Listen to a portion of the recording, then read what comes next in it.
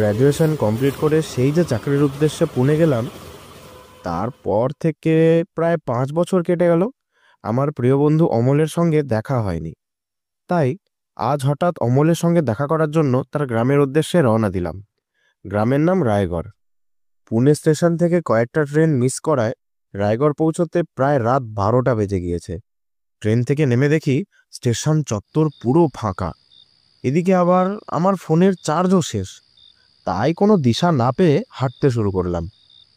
খানিকটা ভয়ও কাজ করছে। এত রাতে অচেনা এক নির্জন রাস্তায় যাওয়াটা যে খুব একটা সুবিধের নয়। পথে চোর ডাকাতের ভয়ও থাকতে পারে। এসব ভাবতে ভাবতে কিছু দূর হেঁটে যাওয়ার পর হঠাৎ দেখি সামনে পুরনো এক ডাকঘর। ডাকঘরটা দেখে মনে হচ্ছে বহু বছর পুরনো। এ হলো রায়গড়ের ডাকঘর। ডাকঘরটা দেখে মনে একটা আশা জাগলো। যদি আজ রাতটা এই ডাকঘরে কাটাতে পারি, তাহলে কাল সকালে অমলের বাড়িতে যাওয়া যাবে। তাই যেমন ভাবা তেমন কাজ। আমি ডাকঘরের দিকে এগিয়ে গেলাম। কেউ আছে ভেতরে? আমি কথা বলতেই ভেতর থেকে এক ভদ্রলোক বেরিয়ে এলেন আর বললেন, কি দরকার, কাকে চাই? আসলে আমার একটু সাহায্যের দরকার। আমি পুনে থেকে এসেছি আমার এক বন্ধুর সাথে দেখা করার জন্য, কিন্তু অনেকটা রাত হওয়ার কারণে আমি কোনো অটোরিকশা পাইনি, আর রাস্তাটাও আমার খুব একটা চেনা নেই। তাই আচ্ছা, বুঝেছি।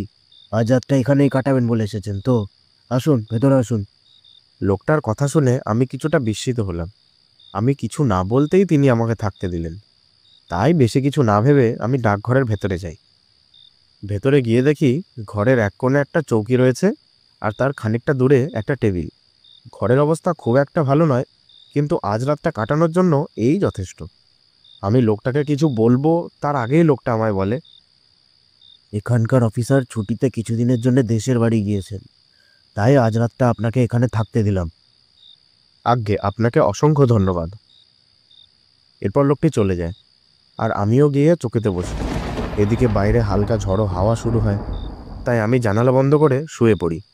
কতক্ষণ ঘুমিয়েছি তা জানি না, কিন্তু হঠাৎ আমার ঘুম ভেঙে গেল, আর মনে হলো যেন পায়ের কাছে কেউ দাঁড়িয়ে আছে। উঠে দাঁড়িয়ে সেদিকে ভালো করে তাকিয়ে দেখতেই দেখি যে সেই লোকটা, কিন্তু লোকটার মুখ, চোখ, গলা দিয়ে রক্ত ঝরছে, আর তার চোখ দুটো পুরো লাল। কি ভয়ঙ্কর রূপ! তার এই বীভৎস রূপ দেখে আমার ভয়ে সারা শরীর শিউরে ওঠে। কি করব বুঝতে না পেরে আমি সেখানেই থমকে যাই। তারপর হঠাৎ দেখি যে দরজার কাছে আমার বন্ধু অমল দাঁড়িয়ে। এ কি, অমলেরও দু চোখ লাল, গলা দিয়ে রক্ত ঝরছে।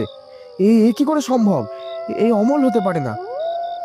কিরে ভাই রাকেশ, দেখে অবাক হচ্ছিস নাকি? পুরো 6 বছরের মাথায় আমাদের দেখা। তোকে নিতে এসেছি, চল বাড়ি চল।